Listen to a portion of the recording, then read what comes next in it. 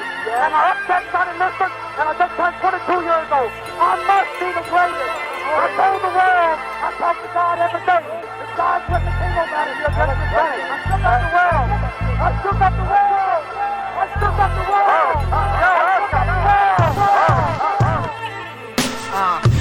I said, can I be a legend? Search your soul and answer me this question. Do you think I have what it takes to be great, but still be humble and learn from my mistakes? I said, can I be a legend?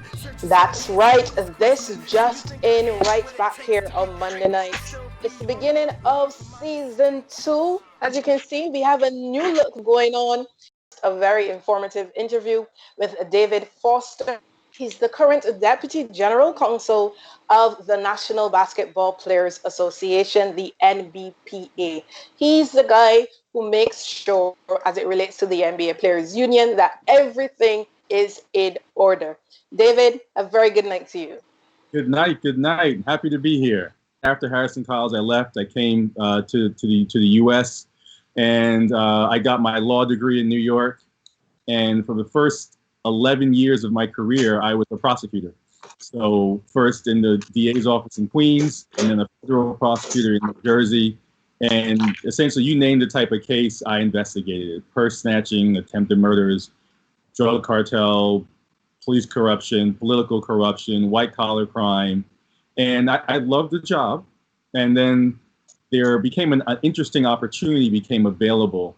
I'm not sure how many of you guys remember the Ray Rice scandal.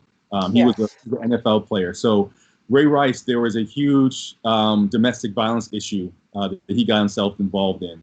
And what the difference between that issue and what happened in the past, it was caught on video. And so there was a huge uproar and a lot of policies changed. And the league started hiring former prosecutors to run the investigations into various incidents of misconduct.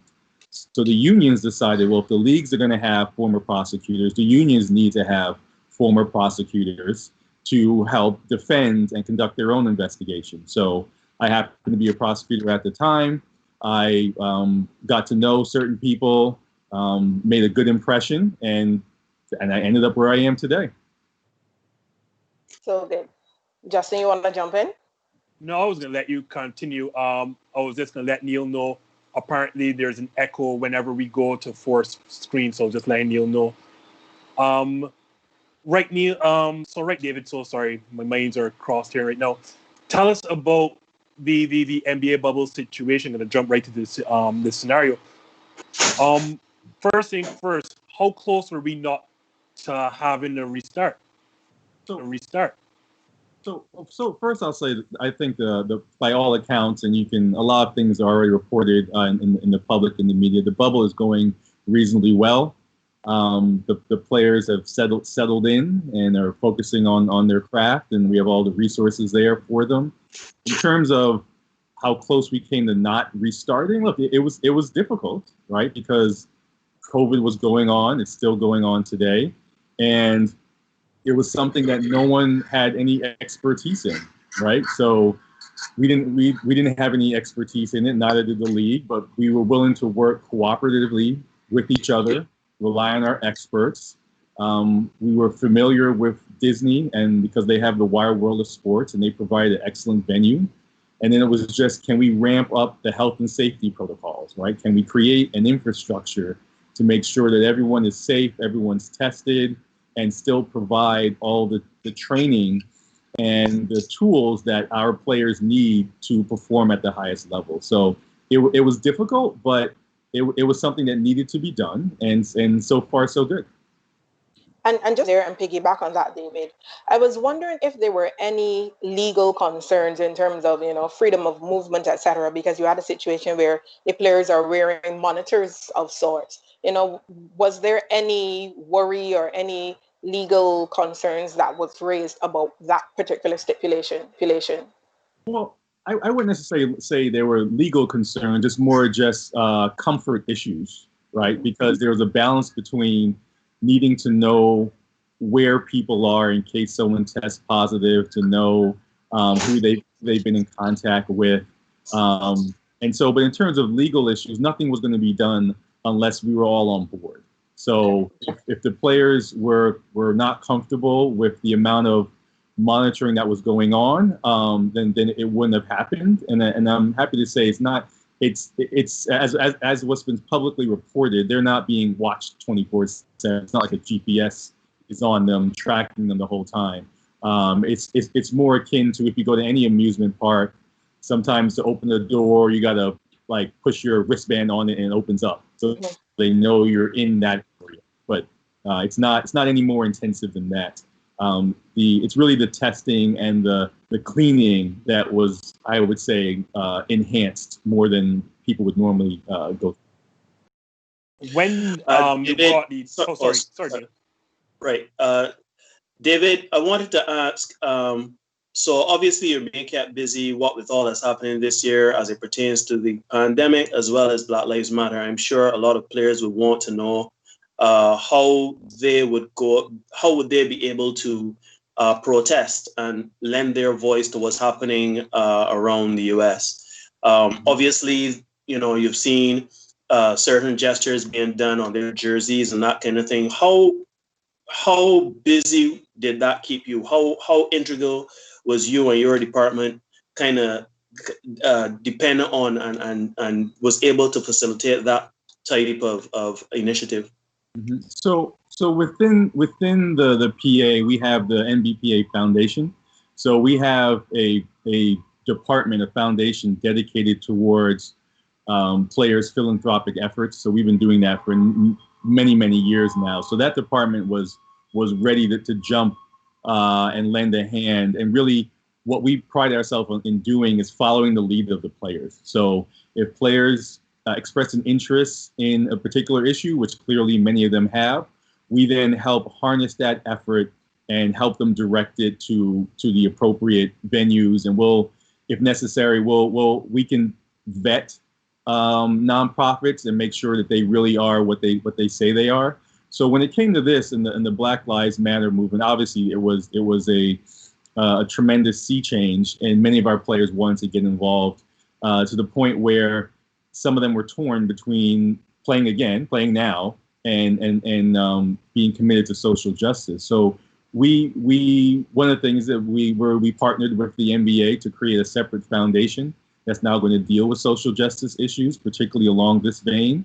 And we have kind of redoubled our efforts to make sure we are providing them with all the tools that they need.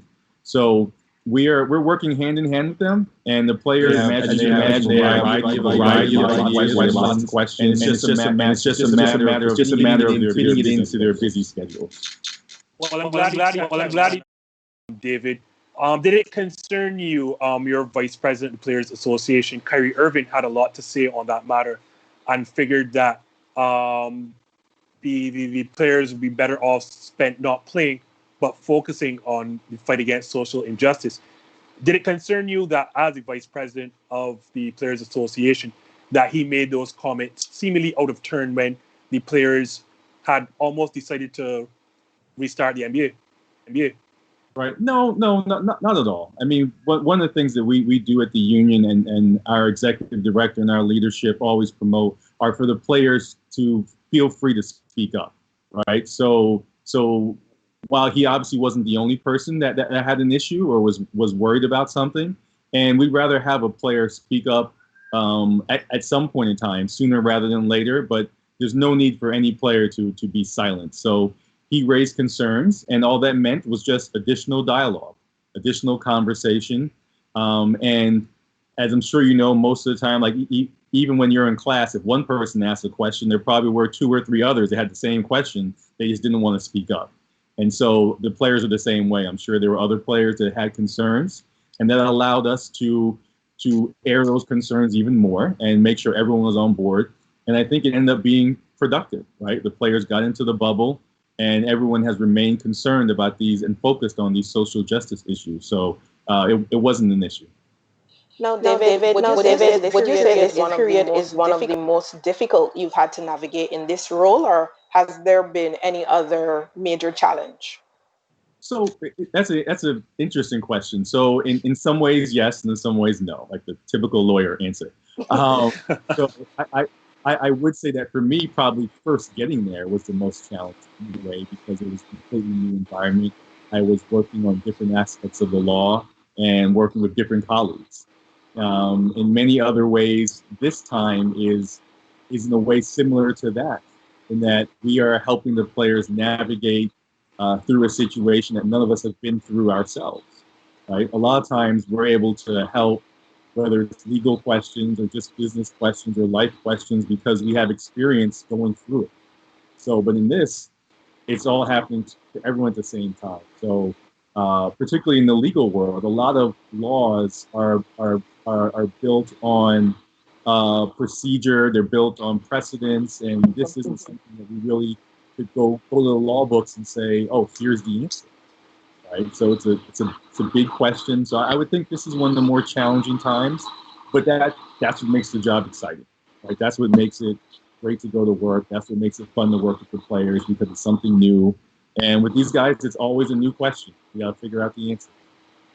Now, just to piggyback on that, you mentioned, helping players navigate certain processes, etc. You get the inkling that some players are not as informed as they ought to be about the game that they play. So, for example, in this COVID-19 situation, you had a situation where a lot of players seemed surprised at the level of restrictions that would have, played out in the bubble. Like, how are you now hearing this for the first time? And I myself wanted to throw, or believe that the union had a role to play in educating players. So, do you find with your interactions that players are as informed as they ought to be about the sport that they play, not only on court, but really off court, and what happens behind the scenes as well? I would say that, first of all, as the union, it's our role to provide them with all the information that they need to be 100%. I think that most of the players are fully informed, and they are very much engaged in the information that they need to play the game, right? And see, that's where you get the difference amongst the 450 folks. Right? Not everyone is going to say they need. If we give out 500 pieces of information, some players might need all 500 in order to play the game well. Some might need 100. Some might need 300. So it's our role to make sure all the information's out there. And if for some reason the player all of a sudden thought he only needed half, well, you know what? Well, we have the other half for you right there.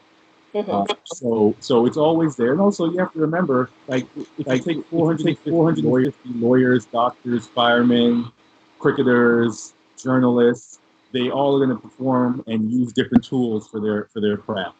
And then when you add the fact that the ages of our players go from 19 to almost 40, everyone's different, right? You're not going to expect Zion to take information in the same way that Vince Carter took information in the same way.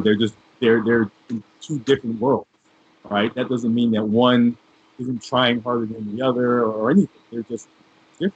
One's 20 and one's 40, right? So, on that note, you mentioned Zion, the age range from 19 to 40. This is a very pointed question. Are you a bit disappointed seeing certain players break what you would call protocol? There's been reports over the weekend. I'll call names. Lou Williams. I was going to ask about Lou. Sweet so Lou. Lou apparently had to go home and deal with a family matter, but then en route back, he stopped at a particular joint. We are learning now that he was, going to get wings, but it's reported that he was indeed in a strip club. From the union's perspective, how do you feel on that matter? Well, look, we have protocols in place, and we agreed to them. We agreed to them with the NBA, and they're in place for everyone's safety, and that's the number one concern. Everyone has to be safe in order for business to resume, and most importantly, in order for them to be able to return to their family and friends, right? And so, once again, like any rule, any body of people, some people are going to follow the rules at a different levels. We've had some players who have had excused absences because of family emergencies, and some players have had unexcused absences. And when you have an unexcused absence, it might result in discipline. So to the extent that I would say obviously we're not happy if anyone has an unexcused absence and they don't follow the rules, but it's going to happen. And you take a collection of 450 of any professional, and not everyone's going to behave the same. But luckily, everyone does care about safety. Everyone does care about the game, and everyone is respectful to their teammates. And so I think the bubble is going to work out just fine. You want to add something, Neil? Yeah, I wanted to ask. So kind of moving from there. Obviously, you have players like James Harden, for example, who, he is very unique in his style of play. How integral is your play? How is your role and your department's role in determining things like rules and certain issues when it comes to players' play on the court? Mm-hmm. So I would say overall for the union's role when it comes to union versus management, we bargain over wages, benefits, and working conditions. Right, those are the major things when you have union management negotiations. And then after that, part of that are in the working conditions are the rules, right? So what are the rules on the court? But now when you get down to the micro level of if something is going to be a traveling call or something is going to be a double dribble call and things like that, while there are various committees that players can be a part of, so there is a sharing of information and there is players do have a say in what goes on. Overall, that tends to be led by the league. But for example, when things aren't going right, we have the ability to speak up. We have the ability to make changes. If you remember, several years ago, there was an attempt by the league to change the basketball. Right? Yes. They were going to change the way the basketball was made, and it just wasn't working. The players could tell the difference. Everyone wasn't happy, and so that plan was scrapped very quickly. So it definitely isn't a one-sided negotiation. At the end of the day, everyone knows it's a business, and there's a good product that needs to be put on. And so if the players aren't happy, then the product isn't going to be as good, and no one wins. Before you jump in, Marshall, I know you want to jump in eagerly. How would you describe your relationship, and I mean the Players Association relationship, with the league office and Adam Silver by extension? Because on the outside looking in, the league itself is regarded as one of the best run leagues in all of America, if not pro sports. So how would you describe the relationship that the Players Association has with the league office? Yes.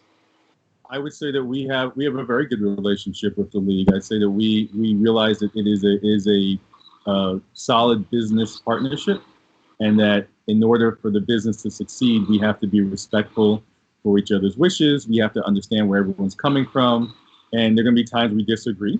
Because just like how we have 450 players, the NBA has their owners that they have to discuss, and that they are responsible for their wishes. So overall, we get along very well.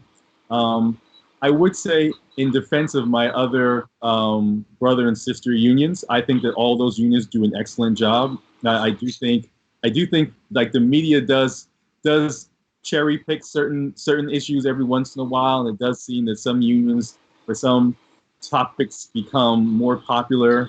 And also it's difficult, very, very different. For example, I'm not sure how many members there are in the NFLPA, but I know it's more than us, or Major League Baseball, it's more than us. So by extension, if you have double the membership, then you have double of everything. You have double the good and double the bad. So, but I am proud of our union. I'm proud of our leadership, and I think it's because we have the open communication with the league, and the restart of the season and the bubble is, I think, a prime example of it. I know, David, taking you away from the bubble, looking at another legal issue. It's being bandied about, or the discussion continues about betting, legal gambling being a part of the NBA world. From a players' union perspective, how far away are we from seeing the NBA, let's say, allowing or incorporating betting and gambling into their professional setup? Mm-hmm. Well, first of all, I would say that betting is already happening. Well, betting is already happening illegally everywhere. legally in many places. For example, in Las Vegas and probably the rest of the world, in Europe, in Australia. Here in the United States, it's now permissible for states to legalize betting, so it's becoming a state issue. And so that's one of the things I've been working on with some of my colleagues, is going state by state and having that discussion with the state legislatures about what it means to allow legalized betting, the pros and the cons, and just making sure they make an informed decision that it does impact players. So, but now in terms of the league or the PA getting specifically involved, I obviously I can't speak on behalf of the league, and nor can I actually speak on behalf of the PA, but I will say that it's highly unlikely we would ever be, like, for example, players aren't going to be allowed to bet, owners aren't going to be allowed to bet. We're not going to, there isn't going to be an NBPA betting app or anything like that. That's just way too close. So the closest that we get is that the players will be playing a game that will be bet on, and that's probably going to be in most states. And also, particularly now that COVID occurred, and you have a lot of states are having an even larger revenue issue, and betting does create revenue for various states, it probably is that passage of those bills is going to happen quicker and quicker. So we're aware of it. For me, my biggest concern is making sure the players understand what it means and that they stay away from it, and that they understand how dangerous it can be. And whereas before some comments might have been okay, now you make a comment about how well you're feeling, about your injury, you're not injured, you feel great, you don't feel great. Someone might accuse you of fixing a game, right? And you were just telling the truth. So for us, it's a big education point. But can you avoid situations? Because, I mean, not to bring in the extreme case of Pete Rose, but as you've clearly seen all across other leagues, especially in our own sport like cricket, you correctly mentioned little things like where you inadvertently tell somebody, you may be playing this position today, or you're doing this, causes, a change in something. So how does the PA avoid certain issues that will, inevitably, or not inevitably, but possibly ruin the league? Right. So I mean, once again, we make an effort, and the NBA is making an effort as well to educate players on what it means tipping, essentially, right? Like giving information that you think is innocuous that might end up result in someone betting or not betting or doing anything different. So making the players fully aware of that. But then on the other hand, going state by state and making sure that when they are crafting their rules to investigate betting and improprieties, that there is some type of due process, that the rules make sense. So, for example, it's not just a player truly accidentally said something and he thought he was alone in a room by himself and he said something and someone took that and a whole scandal ensued. That in those cases, that's clearly not an intent to influence a game or criminal activity. So it's on both ends, the education and then making sure that the rules are in place actually make sense and that they're fair. Any more questions from you, Neil? Yeah, I was going to ask another question as it pertains to, so LeBron James, for example, is in his 17th year in the league. Now, a lot of people are saying, he should be drug tested. And some players, Bobo, for example, he would have been randomly drug tested after starting in the scrimmage and playing well. My question for you is, how involved are you guys when it comes to matters of drug testing? Do the guys blow up your phone and complain? How active are you guys in that scenario? Well, I would say there's a robust drug testing program, drug testing protocol that is jointly administered by us and the NBA. Every once in a while, guys will call when they have questions. Like tests are random, but some guys might have questions on how random it is, or why it might be tested now, why isn't he being tested? Yeah. Things that I think any ordinary body of people would ask, because they're curious, right? Oh, you say it's random, but how random is it?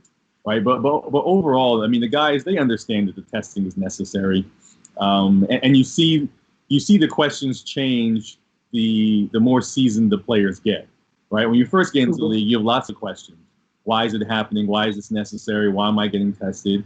But as they see the pattern, they realize that it is administered well. It's administered fairly, and so the role we play and other people in the PA play is to answer those questions and just to make sure that the process is fair. Make sure that the doctors are the best doctors, the lab is the best lab, the protocols are the best protocols, that the results are tabulated appropriately, the messages are delivered accurately, just so that the players can be comforted in knowing that they're being treated fairly.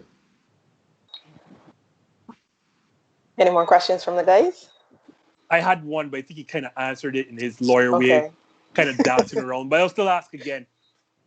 We're watching baseball. Well, I'm watching baseball as it is right now, and you've seen the impasses that they've had recently with their Players Association and the league, and then of recent seemingly having problems with its social injustice or how they're handling it. While the NBA has always been viewed as a progressive league, how much would you put on that from the league office end, being Adam Silver? How much of that would you put on your end, or is it a combination of both? I think it's both. I think that obviously Adam Silver has always been at the forefront. I think when it comes to the various commissioners, if you remember, he took the lead when there was a Donald Sterling issue when he first got there. He's always been at the forefront of these issues. I think he does care, and I think from our end, Michelle Roberts cares about these issues. I think that we have a great relationship with the players, and so, I mean, why? Like I said, I don't know exactly why it appears we're doing things better than other leagues. Like I don't know what goes on over there. I mean, it probably helps that we have a lawyer that went to Harrison College. That's probably David is a friendly family friendly show. It is. I had to slip that in there. But no, look, I think we work well together. I think everyone's just trying to do a good job, and the key part is communication. We talk to the league, they talk to us, and we have honest dialogue. Now, David, then the final question from me, more from a reflective perspective. As someone coming from Barbados who's made the way right up to the highest level of pro sport there is in the US, what advice would you have for a young person who not necessarily wants to be an athlete but is interested in administration and management and that kind of stuff to really make an impact and reach that level? Right. Well, one, I'd say call me, email me. I am absolutely here to help, because I know how far it seems, like when you're in Barbados and you're over here, like what's the pathway? And I'll say that there are many other Bajans that are doing great things. It's just we need to shed the spotlight on them, and it is all possible. Right? Our network is there. Our education system, people in Barbados don't know how good the education system is there. It is one of the best in the world. It's just a matter of taking that knowledge and being exposed to the opportunities. Everyone there is bright. Everyone there is willing to work hard. You just need to know you can do it. And if I can be that example, I am happy to be that example. Call me. We can always talk. I'll help you figure it out. But it can 100% be done. So thank you so very much for joining us. Neil, you wanted to add something? Yeah, I was going to add a lighthearted question. How often do you get to watch basketball games live, David? After these guys blowing up your phone asking you about, the bubble and about contract negotiations and various things, do you even feel like going to watch these games live? I watch. I mean, look, I definitely watch, but I mean, like anything, there are some days when I could walk down to the arena and go watch a game. I'm like, nah, I'll go home. But I do watch. I love sports. I love basketball. I love baseball. I love cricket. So I definitely watch. But it can be a lot sometimes. Yeah. Well, thank you so very much for joining us, David. In the event that you are now joining us here on this Just In, we had an interesting conversation with David Foster, Barbadian born. He's the current Deputy General Counsel of the National Basketball Players Association, the NBPA, there in the US. So much going on, guys. Here we are right at the start of season 2, and everything is underway. We have cricket, we have football, we have basketball, we have baseball. So where are we going to start? We're going to start with Major League Baseball. Now, for weeks, Justin Marvel was saying, you know what? Baseball will not play. It will not play. I did say that. Baseball actually did get started. However, we might be on the verge of another cessation. So, Justin, some interesting news happening over the last couple of, let's say, the last day or two into the last couple of hours, where you had a situation with the Miami Marlins having a lot of players testing positive for COVID-19. And as a result of that, this is after their game with the Phillies last night. As a result of that, the Phillies game against the Yankees, which was scheduled for tonight, that had to be called off. Everything seems to be, there's some uncertainty as it exists. Okay, what will happen now? Particularly as the Marlins went into Sunday's game against the Phillies with 4 players already testing positive. Justin, should that have happened? Did they dig a hole for themselves, essentially? It was reckless. And that's why he was trying to get David, but he's so smart as a lawyer. I don't want to say the Harrisonian, but as a lawyer, he was so smart. You can add that too. That's fine. Oh, no. Trixie Harrisonian. Trixie Harrisonian. So, he was so dead and so smart to avoid because he knew what I was trying to get out of him. It was reckless. And, as you mentioned, Marcia, you had a starting pitcher and 3 other players going into that day, knowing full well that they had tested positive. The team knew. And what I found so shocking is that not only did the team know, as in the Marlins themselves and the manager, but apparently the Phillies were aware as well. The Phillies had known about the situation. And according to their manager, Joe Girardi, at no point did they ever tell themselves that they were not playing this game. They were going forward. I'm like, wait, what? How are you going forward? I mean, because yes, it is 3 or 4 players and not the entire team. But as we know, the very first thing with COVID is that it is so easy to pound. So at what stage do you not realize that this behavior is reckless? And I went even further when they found out the situation and found out the decision was not even made by the Major League Baseball. The decision wasn't made by the manager. The decision was made in a group text led by their shortstop, I think Miguel Rojas. Everybody, and I mean including the manager, turned to Miguel Rojas and asked him, what are we doing? Is Miguel Rojas an epidemiologist all of a sudden? What is this going on? So as I said, the Phillies were aware of the situation as well. And according to Joe Girardi, they had no problems going forward because they said, as far as they were concerned, the Marlins were following protocol.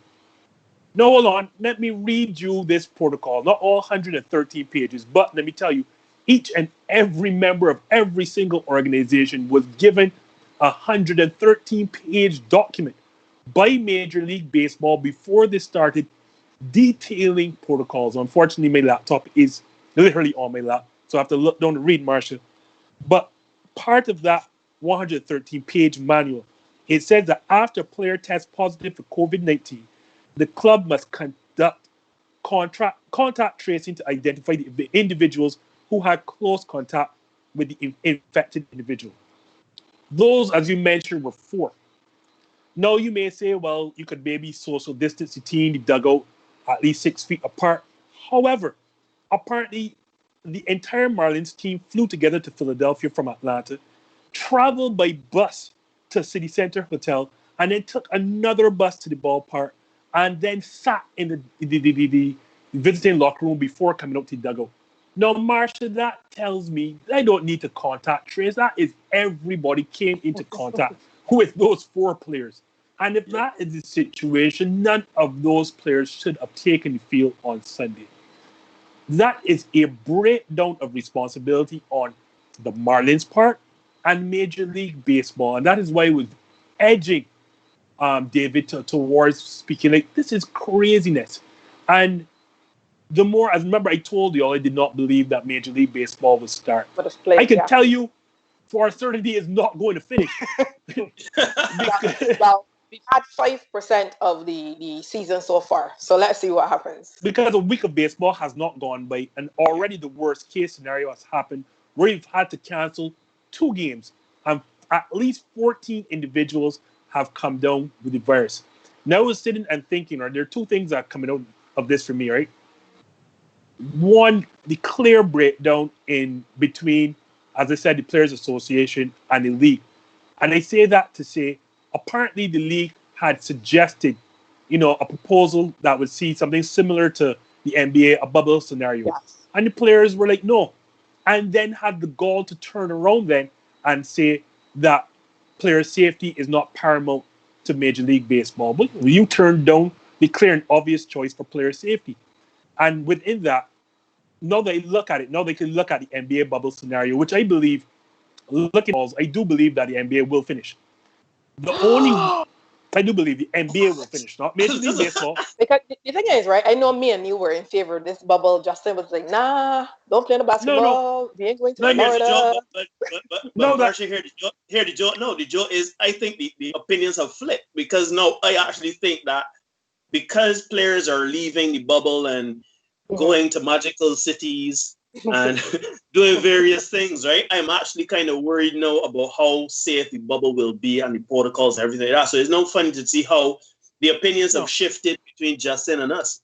Now, and the reason I say that we've seen now, we've had almost like a week to watch the protocols in place, and every round of testing, everyone's coming back negative, and that's like 345 players. So I honestly believe that even if it's slightly compromised, that the league will find a way with these protocols to ensure it goes on. So I say that to say now that I've had the experience of almost a week watching the NBA bubble scenario, that the only way that baseball would be able to finish this season, and obviously there are too many players to say that you can have one bubble scenario. Each league, as you know, there's the American League and the National League, would have to have had their own bubble. So let's say American League East could have combined with the National League East, because obviously those teams are on the Eastern Seaboard, and you could have had your bubble there, one city there. Then the American League Central and the National League Central have their own bubble in the middle of the country. Let's say Chicago, Minnesota, Wisconsin, wherever you're not. And then National League West and American League West pair up and have a bubble scenario there. And where in that the players do not leave unless we see for player family emergency, and then you have to be quarantined again before you get in. So that's one point. I think that's the only way that baseball will be able to finish. And obviously you're too late now. You started too late and gone forward too far to get to that scenario. And a part of that, clearly Canada knew what they were doing, because they're not sure if you realize that they told the Blue Jays, nope, that don't come we're here. Not having. And we love you guys, but stay where you are. And in less than 2 days, then you have this scenario, so like Canadians can say, well, we've proven ourselves right. Told you. I had to throw that in. And no, the biggest part for me is that the NFL is now on the clock. So and that's actually going to be my next question, whether you think, this is almost like a how-to guide of what not to do for the NFL. Yeah. And the sad thing is, you're not hearing NFL. You haven't heard. Well, let me double back a bit. The league commission has not come out and said a word. Like, how are you not? The worst case scenario, less than a week has transpired in baseball, and we've yet to hear from the commissioner. That's why I have my TV still on, because I'm waiting to see a word from commissioner. I'm not seeing anything. But then now, moving apart from the baseball, so moving away from Major League Baseball, you've asked me about the NFL.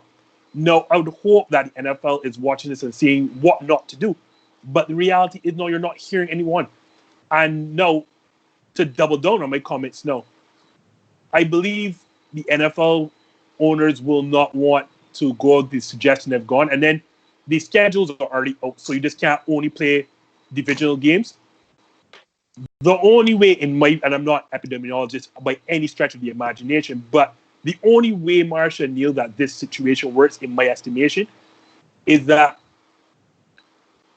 the players have to be sequestered, quarantined, whatever you want to call it, in their team facilities, and they cannot leave. So you are everyone, and then talking about players, coaches, support staff. Everyone is in the team facility that you live there for however long the season is. You get on your charter flight, you get your team bus, go to your charter flights, go to your opposing city, practice, play games, come back. And that's it. Wash, rinse, repeat. Anything else that you break that protocol, like you're going to fall in the hands of baseball. It is clear, one, like we've seen, not only in baseball, but in cricket with Joe for RF, you cannot leave players up to their own devices. And you cannot put players outside of a quarantine bubble-like scenario. It just will not work. Right. So let me add a bit to that. Right. Like I agree with Justin that right now it should be a time where everybody is kind of watching the baseball. Well, they should be watching NBA and baseball.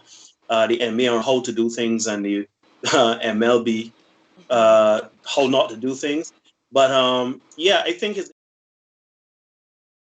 August when they go about starting their season, training camp and stuff like that, to see how they're going to do things. Now, I think it's very important to note too that it is very, it's so funny because Stephen A. Smith, he made mention to say that some players they can't help. They can either sneak in or sneak out.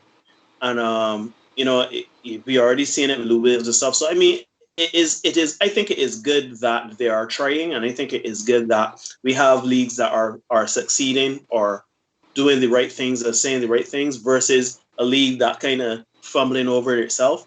So that is going to help the NFL to see how it's going to go, the how they're going to treat their season and everything like that. So it's a wait and see thing. I think that Major League Baseball really should take some lessons from how the NBA did things. I mean, they've handled this so poorly. So it's really just to see how the NFL is going to treat these things. And I mean, all things being equal, I hope the NBA can reach some semblance of conclusion. I was going to ask you guys though quickly, how are you guys now seeing, how you feeling now that the NBA is so close at hand? Are you guys still as hyped, or for me, I just feel like they shouldn't play. I don't know why. I just lost it. And the Lakers they have a legitimate chance to contend. So what do you think, Marsha? For me, I am ready and raring to go. I'm surprised that I'm ready. I'm here for it. So then that would lead me into my next topic. Let's go with the NBA, and we're going to touch on the WNBA as well, because we can't forget the ladies here tonight. But looking at the NBA, the scrimmage games are underway. You're seeing the court setups. You're seeing the camera setups. No spectators, etc. They're still using, visual displays and different elements. Still the commentary, etc.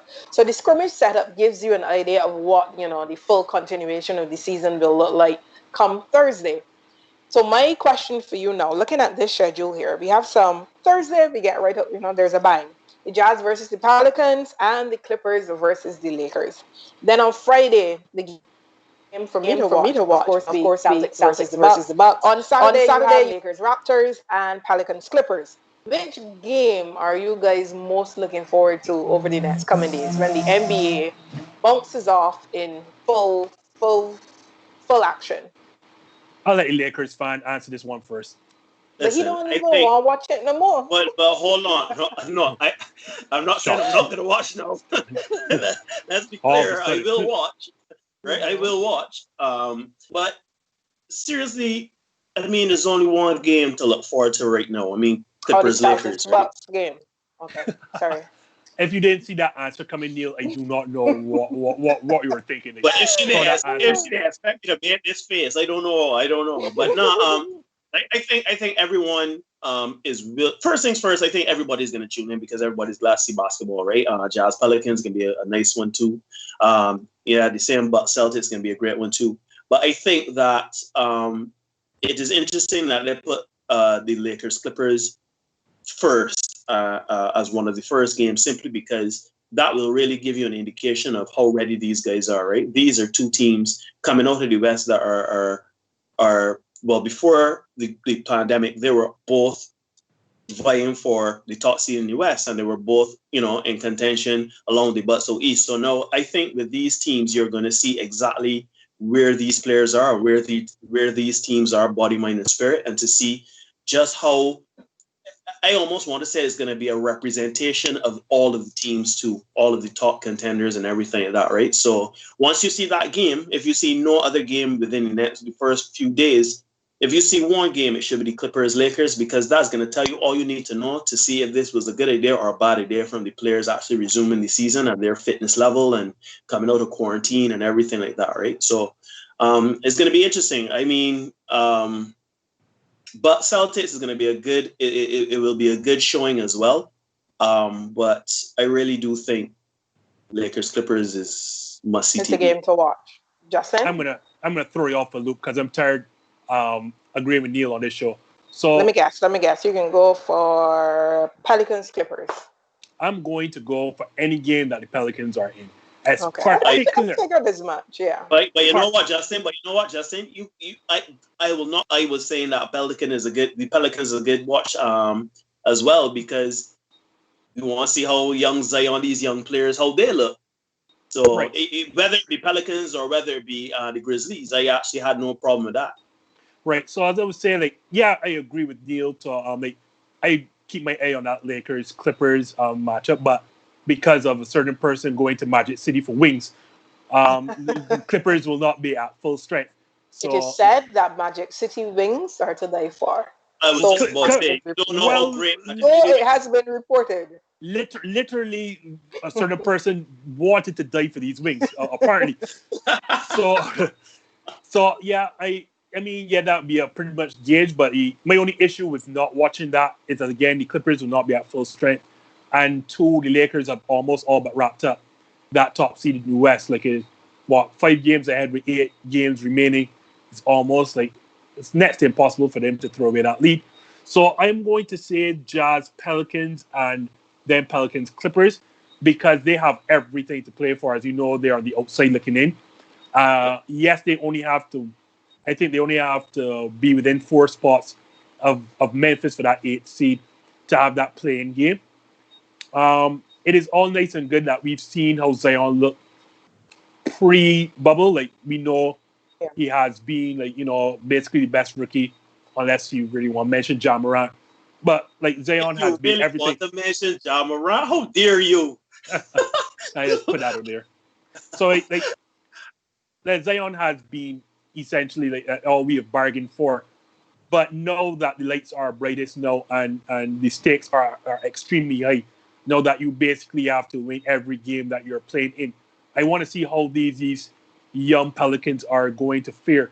You have a first-time All-Star Brandon Ingram, a heady vets in Drew Holiday and JJ Redick. But all these kids Lonzo Ball, Lonzo is correct. Lonzo Ball and the aforementioned Zion Williamson, Brandon Ingram.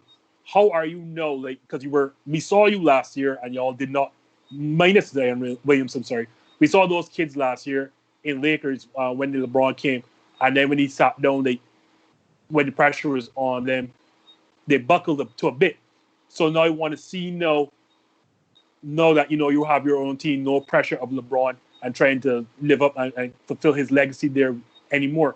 How do you fare now with the entire world watching, and you know that there's very little margin for error to make sure that you grab that 8th spot or stay within that 4-game radius of the Memphis Grizzlies to make sure that you have that playing game? I really want to see how the kids are going to perform. No, the NBA bouncing off on Thursday, but the WNBA, their season is well underway. And that season opener between the Sparks and the Mercury, that was actually the most watched season opener for them since 2012. So there's a lot of discussion in terms of visibility and what visibility does for the WNBA, because you also have a situation where we're currently on the Fanatics website, the sports gear website. The WNBA orange hoodie is the most sold item since their season has started. They're outselling every other jersey available on the site. So it begs the question now, the season has started because of COVID-19. There was a lot of interest or additional interest in the start of the season. And you're seeing where, there's more chatter on Twitter, etc., about the WNBA. So guys, I don't know if you had a chance to catch any of the opening games, but just saying your thoughts on the WNBA bouncing off. First thing first, Marsha, just remember I told you so. I told you the interest was going to be high in the WNBA because of the scenarios. One, everyone is Playoffs home. haven't started yet in the NBA. Just But, wait. I mean, I would love for it to continue, but I'm just being real. Right, but I'm optimistic about the situation because, as you said, a lot of eyes now are on television because more people are home.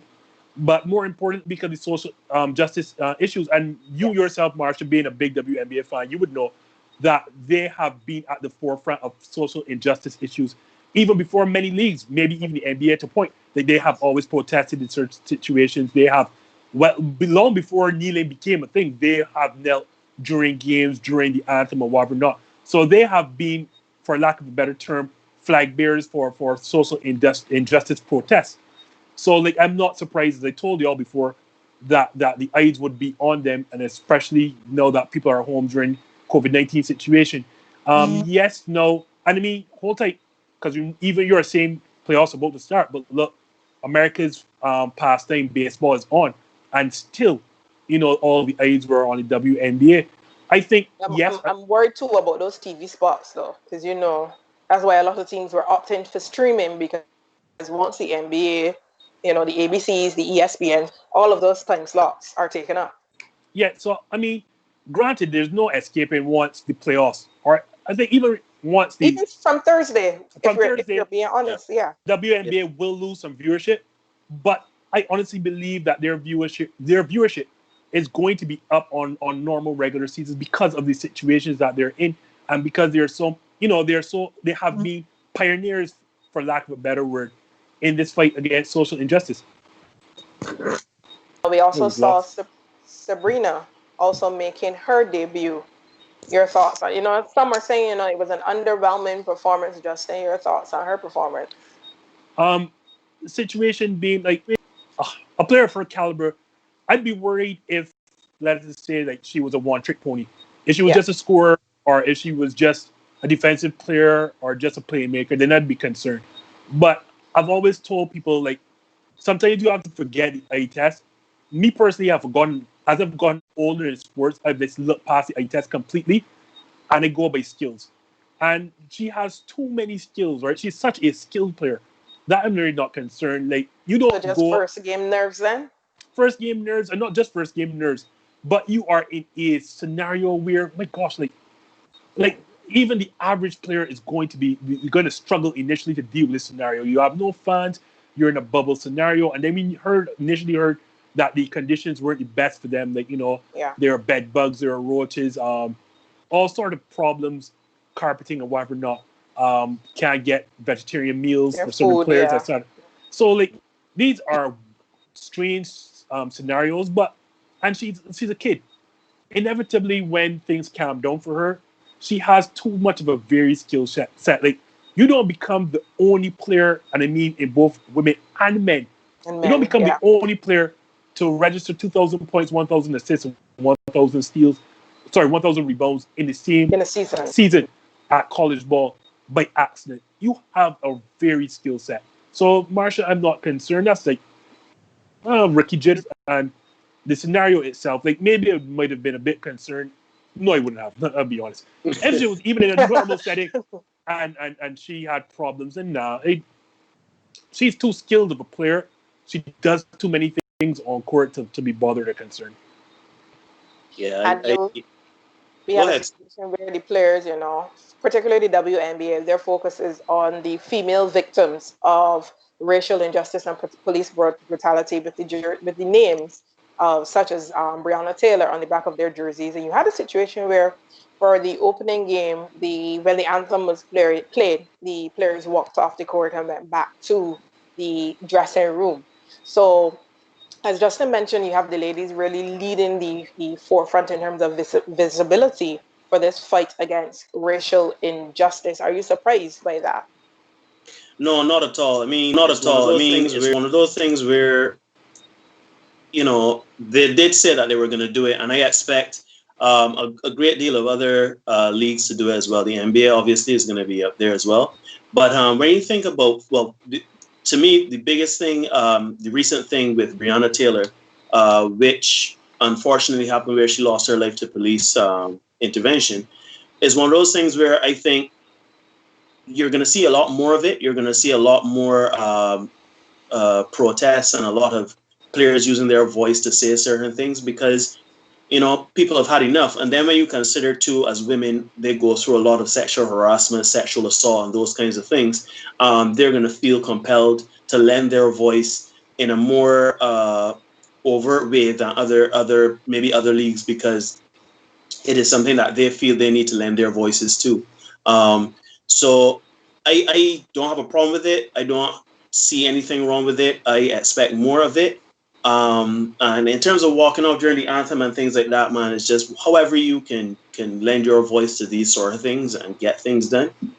More power to you. I am ashamed. I'm glad that Neil brought up the name because it's too long. I don't know how long Marsha will tell me exactly in time. Something must be done. I'm not sure how long. Something must be with Taylor's situation. It is too long. So I'm glad you brought up the name, Neil, because I almost forgot. As I said, I'm ashamed. So let me just say this now. Use this platform. We have not forgotten you, Breonna Taylor. Something needs to be done. And now, guys, then moving from the NBA as we come to the end of our show, just, let's take a stop in European football. I'm not going to spend too long on this topic, but congratulations to Manchester United for qualifying. Surprising that she's wearing red. Shocking. I didn't even realize. Oh my goodness. I didn't even realize. Thank you for pointing that out for me. I can assure you it was not deliberate. It really wasn't deliberate. Manchester United, as the English Premier League season wrapped up yesterday, Manchester United finishing in third spot, leapfrogging Leicester and Chelsea, getting the better of Chelsea by goal difference in terms of the league table. Chelsea finishing fourth, taking that other Champions League qualifying spot. A big plug for new manager Frank Lampard. Unfortunately, Leicester, who have been in the top four for months, literally missing out on the very last day of the season. I mean, that's good for me, but yeah, clearly. How the cookie crumbles sometimes. I can hear the concern in your voice for Leicester. But we played Leicester on the final day, so so it goes. There was no concern. No. And then over in Italy, Juventus recording a record 9th straight Serie A title. You could as well rename it Juventus League and call it a day. If you're been straight top flight titles, I mean, what are the other teams doing? So, the attention now in Europe will shift to, of course, in England, the FA Cup, as well as the Champions League and Europa Leagues, which will now resume. So some other titles to be decided. Liverpool already winning that EPL title. And then cricket couldn't end without wishing the West Indies all the best tomorrow. We just have to survive one day in order to draw this match. And in drawing this match, we will draw the series and we'll retain the Wisdom Trophy forever, because after this series, the trophy is being retired. So hopefully the guys can hold on to being perennial holders of that Wisdom Trophy. I know, Justin, you seem not to have too much hope in the guys batting an entire day tomorrow. No, Marsha, and Neil made point, and he laughed every time he hear draw cricket, because I remember the words of Courtney Brown, we don't play draw cricket. And that is what led to this situation, Marsha. We took a 1-love lead, ironically, against what I'm about to say now, by bowling first, because, that's basically the strength of this attack. But when I talk to cricket people, and I've watched cricket long enough to know, when you go into a match, if you win the toss, 90% of the time, you bat first. The other 10%, you think hard and then bat first. And this has been a defensive mindset. It's going to sound funny me saying this, but it is clear that, and I'm not even talking to Jason or Phil Simmons, but it is clear that we are trying so much to protect our top order. Yes, the strength of our attack, our strength of our team is in our attack, our four-prong attack, but these two grounds that we've gone to for these last two test matches are notorious for producing big first inning totals. So while you have won the first test match bowling first, the conditions for that morning suited you bowling first. The conditions did not for these last two. Yeah. So it tells me that you're trying to protect the top order. But in that, like, you just can't continue to bowl first all the time, because when you get the best of the pitch and inevitably put up a big first innings total, that is pressure that you're not going to come back from. I always said runs on the board or runs on the board. On the board. Mm-hmm. Runs on the board or runs on the board. So then you're trying to shield this top order that has to bat at some stage. And my thinking then also, you drop Alzari Joseph to play Raheem Cornwall and then decide to bowl. That doesn't make sense, because on two levels. One, if you want your spinner to be successful by bringing it in, you want him to be bowling on the last day or the last 2 days, because the pitch is then at its worst then on a turning pitch. And then secondly, if you are so afraid of your fragile top order, why then put them in a situation as it is right now where they're going to have, because if you win the toss and choose to bowl, inevitably you're going to have to bat last. So why would you put your fragile top order to play in the worst conditions of a pitch on the final 2 days? And I don't want to say it doesn't make sense. It is clear that they are afraid. So they took that 1-love lead and tried to just protect that 1-love lead, instead of saying, look, yes, our top order is fragile, but we have to change our mindset. We have to go out there and win cricket matches. And to give our top order the best situation, we have to bat first, because a pitch is the best it's ever going to be on the first 2 days. Neil, you think the West Indies can hold on for a draw? I'm praying, I'm hoping. It's one of those things where, God see, I mean... No, Neil, she did not ask you for your optimistic hopes. What are the West Indies going to do tomorrow? That is what she's asking you. I know. I asked him what he thinks. I heard what she said. That's what she asked me. What I think. Thank you. Thank you. You know, I can only hope and pray that the guys can stick it out and play for a draw. You're still jumping on the question. No. Let the gentleman have his opinion. I have to dipsy doodle. Yeah, because Neil is dipsy doodling on the show, Mark. I have to dipsy doodle, because at the end of the day, still, if I go by analysis, it may not look good, and I really want the guys to win. I agree with everything that Justin said. In terms of, the guys playing, instead of playing for a 2-love series in the second match, it's like they were playing to defend their 1-love lead. You know what I mean? So it's a different mindset. I know it can sound strange, but at the end of the day, still, I think that, and this is going to sound, again, I literally have to hope and pray that the guys could just keep defending the wicket tomorrow and play for a draw. That's all I can hope. Well, I'm going to make a prediction between the rain and Shea Hope 77. Yes, you heard it. 77. He will score tomorrow. The West Indies. Yeah, the game can draw, man, and we will hold on to that Wisden Trophy forever, as it is being retired. And that's it for tonight's show. The first episode of our new season 2 on this Just In the event that you joined us a little late, you would have missed a very informative interview with David Foster, Barbadian born. He's the current Deputy General Counsel of the National Basketball Players Association, the NBPA, there in the US.